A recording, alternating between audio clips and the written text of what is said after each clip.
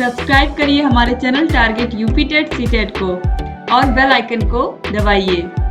Hello friends, मैं रेनू स्वागत करती हूँ आप सभी भावी अध्यापक एवं अध्यापिकाओं का आपके अपनी channel target UP TET CTET में। दोस्तों, आज से हम आपका यहाँ पर सामाजिक विषय पढ़ने वाले हैं, यानी कि आज से यहाँ पर आपके सामाजिक विषय का जो सिलेबस है यहाँ पर मैं स्टार्ट कर रही हूँ। तो आज यहाँ पर हम चैप्टर नंबर 1 में पढ़ेंगे 1857 का स्वाधीनता संग्राम एवं सुधार आंदोलन।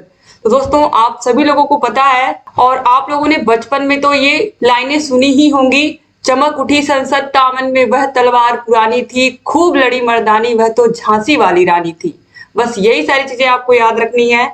ये जो कविता है इसी में बहुत सारी बातें हैं और यहाँ पर आपके दिमाग में यही सारी चीजें होनी चाहिए। किस तरीके से अंग्रेजों को भारत से भगाने के लिए जो एक पहली क्रांति हम मान सकते हैं, जिसमें हमारे देश के बहुत सारे छोटे छोटे रियासतों के जो राजा थे या रानियां थी, उन लोगों ने एक तरीके से एक ग्रुप बनाया, सब लोग इकट्ठे हुए और सब लोगों ने एक साथ अंग्रेजों के खिलाफ धावा बोला था। इसके कई सारे कारण थे इस क्रांति के होने के।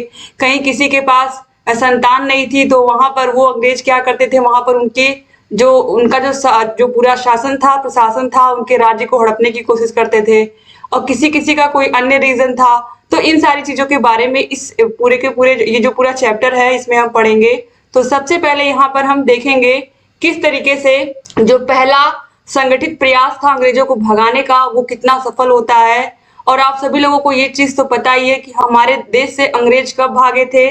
15 अगस्त 1947 को हमारा जो देश है वो आजाद हुआ था। लेकिन 1857 की जो क्रांति है, यहाँ से जो शुरुआत हुई थी, इसके बाद कौन कौन सी घटनाएं हुई, उसके बाद किस तरीके से जो समाज सुधार आंदोलन है, चाहे वो आर्य समाज बना हो, चाहे वो ब्रह्म समाज की स्थापना की गई हो राजा राम मोहन राय के द्वारा, बहुत सारी चीजें हैं यहाँ पर जिसको हम लोग पढ़ेंगे। तो सबसे पहले यहाँ पर हम देखेंगे किस तरीके से शुरुआत हुई थी इस आंदोलन की। ठीक है, तो ये बहुत बहुत मजेदार सारे चैप्टर्स हैं और बहुत आसान है। जब तक देश को आजादी नहीं मिल जाती है 1947 तक यहाँ पर हमको सारी चीजें पढ़नी है। ठीक है, तो देखिए, भारत से अंग्रेजों के शासन को हटाने का पहला संगठित प्रयास 1857 के प्रथम स्वाधीनता संग्राम के रूप में सामने आया। ठीक है, विभिन्न इतिहासकारों ने 1857 की क्रांति के संबंध में अलग अलग विचार प्रस्तुत किए हैं। तो जो अलग अलग इतिहासकार हैं उन्होंने अलग अलग प्रकार से अपने अपने जो मत है वो प्रस्तुत किए हैं इस क्रांति को लेकर के। तो यहाँ पर आप देखिए, कुछ इतिहासकार इसे एक सैनिक विद्रोह मानते हैं, तो कुछ इसे ईसाइयों के विरुद्ध हिंदू मुस्लिम का षड्यंत्र मानते हैं। कुछ प्रमुख विद्वानों के जो मत है वो इस प्रकार है। तो बिपिन चंद्र जी ने क्या कहा है, ध्यान से देखिएगा। 1857 का जो विद्रोह है वह शासन से राष्ट्र को मुक्त कराने का देशभक्ति पूर्ण प्रयास था। फिर वीर सावरकर ने क्या कहा, यह विद्रोह राष्ट्रीय स्वतंत्रता का प्रथम संग्राम था। फिर आते हैं LR रीज के अनुसार, यह धर्मांधों का ईसाइयों के विरुद्ध षड्यंत्र था। फिर है 1857 के विद्रोह के क्या कारण थे, ध्यान से देखिएगा। 1857 के विद्रोह के कई कारण थे। इन कारणों में राजनीतिक, सामाजिक, धार्मिक, आर्थिक एवं सैनिक कारणों को मुख्य स्थान दिया जाता है। पहला आता है राजनीतिक कारण। राज्यों को हड़पने की नीति लॉर्ड डलहौजी द्वारा बनाई गई थी। जैसा कि मैंने आपको बताया कि रानी लक्ष्मीबाई सबसे ज्यादा, जिनको हम जानते हैं किस तरीके से उनके पास अपनी संतान नहीं थी, तो किस तरीके से अंग्रेजों ने उनके राज्य को हड़पने की कोशिश की थी। तो राज्यों की हड़पने की जो नीति थी, जो कि लॉर्ड डलहौजी ने यहाँ पर स्टार्ट की थी, इसी के द्वारा बनाई गई थी। तो इस नीति के अनुसार जिन भी राजाओं के पास उनका खुद का उत्तराधिकारी, यानी कि उनका सगा बेटा या सगी बेटी नहीं होती थी, उनका जो राज्य था उसको क्या करते थे, हड़प लेते थे। तो इस तरीके से अंग्रेज क्या करते थे, जिन राजाओं के पास बच्चे नहीं होते थे उनके खुद के सगे, उनको ये लोग क्या करते थे, उनका जो राज्य था उसको हड़प लेते थे। तो यहाँ पर देखिए, भारतीय राजाओं पर राज्य का उत्तराधिकारी निषेध तथा गोद निषेध नियम लागू करके, यानी कि अगर आपके पास खुद की संतान नहीं है तो आप किसी बच्चे को गोद नहीं ले सकते। गोद लेके ये नहीं कह सकते कि यही मेरा उत्तराधिकारी है या मेरे बाद यही राजा बनेगा। ठीक है, ऐसे राज्यों को हड़प लेते थे। यहाँ पर देखिए लिखा गया स्पष्ट रूप से कि ऐसे राज्यों को अंग्रेज क्या करते थे, हड़प लेते थे। परिणाम यह हुआ कि देशी राजाओं में अत्यधिक असंतोष व्याप्त हो गया। यह 1857 की क्रांति का एक मुख्य कारण बना, क्योंकि ऐसे राजा जिनके पास संतानें नहीं थी उनके अंदर ये विद्रोह की भावना आ गई अंग्रेजों के प्रति कि हमारे राज्यों को ये क्या कर ले रहे हैं, अपने क्या कर ले रहे हैं, ये हड़प ले रहे हैं और ये अपना और विस्तार कर रहे हैं अंग्रेजी शासन का। फिर है पेंशन और उपाधियों की समाप्ति। लॉर्ड डलहौजी की इस नीति द्वारा नाना साहब तथा पेशवा बाजीराव की पेंशन समाप्ति कर दी गई, यानी कि जिनको पेंशन मिलती थी उनको पेंशन बंद कर दी गई, उनकी पेंशन और उपाधियों को बंद कर दिया गया लॉर्ड डलहौजी के द्वारा। तो इसने सिर्फ और सिर्फ जो गोद लेने वाली प्रक्रिया थी, यानी कि जो भी राजा गोद लेना चाहते थे उनको क्या किया इन्होंने, उनको गोद निषेध नियम लगा करके उनके ऊपर उनके राज्यों को हड़पने की कोशिश की और पेंशन और उपाधियों को भी इन्होंने समाप्त करने की कोशिश की या कर दी। दोस्तों यहाँ पर समाप्त करने की कोशिश नहीं बल्कि यहाँ पर आप देखिए समाप्त कर दिया इन्होंने। फिर है कुशासन के आधार पर। इस नीति के आधार पर लॉर्ड डलहौजी ने कुशासन को आधार बनाकर अवध के नवाब वाजिद अली शाह तथा हैदराबाद के निजाम के विरुद्ध कार्रवाई करते हुए उनके राज्यों को हड़प लिया। ठीक है, तो सुशासन तो था नहीं इन लोगों का, अंग्रेजों का। आपको पता ही है कितना इन्होंने हमारे देशवासियों पर जुल्म किया, कितना हमारे देश के लोगों ने सहा। इतनी आसानी से आजादी नहीं मिली थी 15 अगस्त 1947 को। आप जब पूरी यहाँ पर जर्नी पढ़ोगे आप लोग देखोगे किस तरीके से हमारे देश में किस तरीके से कितने सारे देशभक्त हुए जिन्होंने अपनी जान की बाजी लगा दी, जो शहीद हो गए हमारे देश के लिए। कितना मेहनत करना पड़ा तब जाकर के अंग्रेज हमारे देश से गए। अब यहाँ पर आप देखिए अंग्रेजी शासन के प्रति अविश्वास। यहाँ पर चौथा जो पॉइंट है वो जो हमारे देश के लोग थे उनमें क्या था, भारतीयों द्वारा अंग्रेज अधिकारी कभी भी विश्वास के पात्र न बन पाए। वे उनके लिए सदैव विदेशी ही बने रहे, क्योंकि वो लोग हमारे देश में शासन करने आए थे और वो हमारे लिए हमेशा ही वही बने रहे, क्योंकि कभी भी हमारे लोग उनके ऊपर ट्रस्ट नहीं कर पाए, विश्वास नहीं कर पाए, क्योंकि ये लोग हमेशा क्या करते थे, कूटनीति, ये फूट डालो राज करो की नीति से हमारे देश में आए थे। एक दूसरे को लड़वाओ और लड़वा करके बीच में अपना काम निकालो, बस ये लोग यही करते थे। अब इसके बाद आते हैं आर्थिक कारणों में। आर्थिक कारणों में देखिए तो पहला है वो है दोषपूर्ण भूमि व्यवस्था। जमींदारों को अंग्रेजों ने भूमि का अस्थायी रूप से स्वामी बना दिया था। इसके परिणाम स्वरूप वह किसानों से मनमाना भू राजस्व कर वसूलने लगे, यानी कि सभी किसानों की जमीनें होती थी वो जमींदारों के पास होती थी, यानी कि जमींदारों को ही उन सारी जमीनों का स्वामी बना दिया जाता था। जैसे कि अगर ढेर सारे किसान हैं, उनकी ये सारी जमीनें हैं, तो अलग अलग उनकी जमीनें हैं ये, तो ये जो पूरी की पूरी जमीन है इस पर पूरा एक जमींदार राज करता था। और ये जो पूरी जमीन है इस पर एक जमींदार पूरा, इस पर जितना भी अनाज उगाते थे अलग अलग जो किसान होते थे, इन सभी से जो कर है वो बहुत ज्यादा, भू राजस्व कर बहुत ज्यादा वसूलते थे। कौन? जमींदार। इसके बाद देखिए बेरोजगारी की समस्या। जब विदेशी माल भारत में आने लगा तब भारतीय माल की बिक्री बंद हो गई। इससे कुटीर उद्योग नष्ट होने लगे और लोगों में बेकारी व बेरोजगारी की समस्या व्याप्त हो गई। अब देखिए धार्मिक कारण क्या है। ईसाई धर्म का प्रचार। अंग्रेजों ने भारतीय सैनिकों को ईसाई बनाने के लिए प्रेरित किया। जिन लोगों द्वारा ईसाई धर्म स्वीकार कर लिया जाता था उन्हें सरकार की तरफ से आर्थिक सुविधाएं दी जाती थी तथा उन्हें नौकरी भी आसानी से मिल जाती थी। जातिवाद की उपेक्षा। अंग्रेजों द्वारा जब रेलवे की सुविधा का आरंभ किया गया तब भारतीय लोगों ने इसे अपने धर्म में हस्तक्षेप समझा, क्योंकि उनमें सभी जातियों के लोग एक साथ बैठते थे। इसे भारतीयों ने अपनी जातिवाद की उपेक्षा माना। ठीक है, आपको पता ही है कि हमारे देश में जातिवाद अभी भी है, चाहे हम कितना भी कह लें दोस्तों, तो कहीं ना कहीं वो मेंटेलिटी तभी भी थी। फिर देखिए चर्बी युक्त कारतूस का प्रयोग। अंग्रेजों ने भारतीय सैनिकों को जो कारतूस दिए थे उनमें गाय व सुअर की चर्बी मिली हुई होती थी। ये बहुत ही इंपॉर्टेंट पॉइंट है और ये बहुत, आपने सुना होगा एक मंगल पांडे मूवी आई थी, उसमें ये चीजें दिखाई गई हैं। इसके अलावा आप लोगों को यहाँ पर ये जो फोर्थ पॉइंट है इस पर भी मूवी बनी है, इसको भी देखना चाहिए। तो यहाँ पर आप देखिए कारतूस का प्रयोग, चर्बी युक्त कारतूस का प्रयोग। तो अंग्रेजों ने भारतीय सैनिकों को जो कारतूस दिए थे उनमें गाय व सुअर की चर्बी मिली हुई होती थी। इसके कारण हिंदू व मुसलमान सैनिकों ने इसका विरोध किया था। ठीक है, तो यहाँ पर ये जो मैं आपको बता रही हूँ मंगल पांडे मूवी, ये इसी पर बेस्ड है। और यहाँ पर ये जो गोद निषेध नीति है इसमें आप सभी को पता है कि रानी लक्ष्मीबाई ने किस तरीके से इसी नीति के अंतर्गत ही उन्होंने अंग्रेजों से लड़ना शुरू किया था। किस तरीके से, क्योंकि उनके पास कोई पुत्र नहीं था या उनके अपने कोई संतान नहीं थी, तो वो लॉर्ड डलहौजी क्या करना चाहता था, उनके पूरे राज्य को अपने राज्य में मिलाने की कोशिश कराने की, अंग्रेजी सत्ता में मिलाने की कोशिश कर रहा था और उसने कर भी लिया था लास्ट में। ठीक है।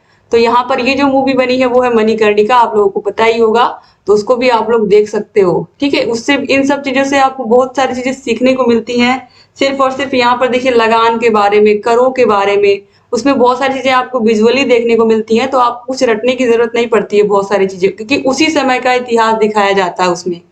तो गोद निषेध नीति, लाल डलहौजी ने गोद लेने की जो प्रथा है उसको समाप्त कर दिया था। इसके परिणाम स्वरूप भारतीयों की धार्मिक भावनाओं को आघात हुआ।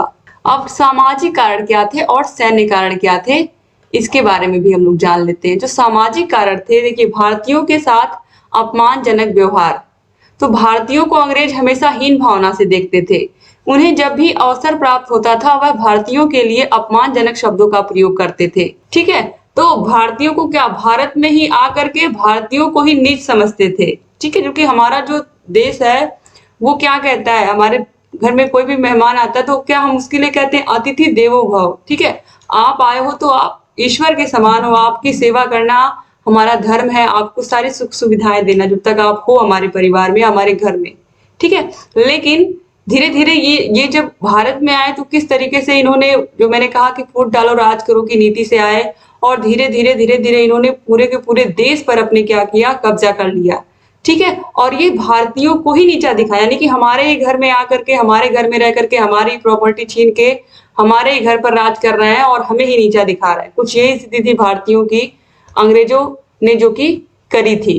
देखिए, सती प्रथा पर रोक, अंग्रेजों ने सती प्रथा पर रोक लगा दी थी, जिससे भारतीयों में असंतोष की भावना व्याप्त हो गई थी। हालांकि ये प्रथा आपको पता है राजा राम मोहन राय जी ने खत्म की थी, क्योंकि इस प्रथा के बारे में आपको पता ही है कि अगर कोई किसी स्त्री का पति मर जाता था, कोई औरत है अगर उसका पति मर गया उससे पहले, तो उसको भी उसके पति के साथ अलग चिता पर बैठा करके उसको जिंदा जला दिया जाता था। तो ये प्रथा बहुत अच्छी नहीं थी, लेकिन बहुत सारे लोग इसको फॉलो करते थे। ठीक है, इसके बाद देखिए तीसरा पॉइंट है बाल विवाह पर रोक। अंग्रेजों ने बाल विवाह को गलत करार देते हुए इस पर भी रोक लगा दिया था।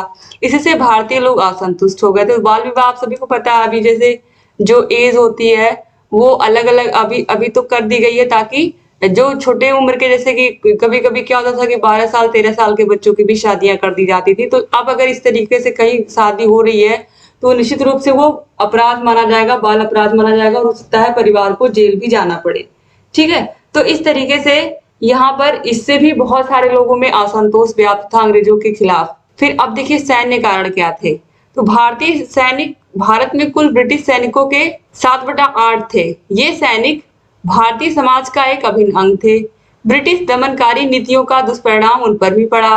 सैनिकों को इसके अतिरिक्त अन्य कई प्रकार की समस्याओं का सामना करना पड़ रहा था। जैसे ब्रिटिश सैनिकों की तुलना में जो हमारे देश के जो सैनिक थे, जो ब्रिटिश सेना में शामिल थे, उनको कम वेतन मिलता था, और ब्रिटिश सैनिकों को, जो अंग्रेजी सैनिक थे, उनको ज्यादा मिलता था। काम वही होता था लेकिन वेतन अंग्रेज, जो हमारे देश के सैनिक थे, उनको कम मिलता था।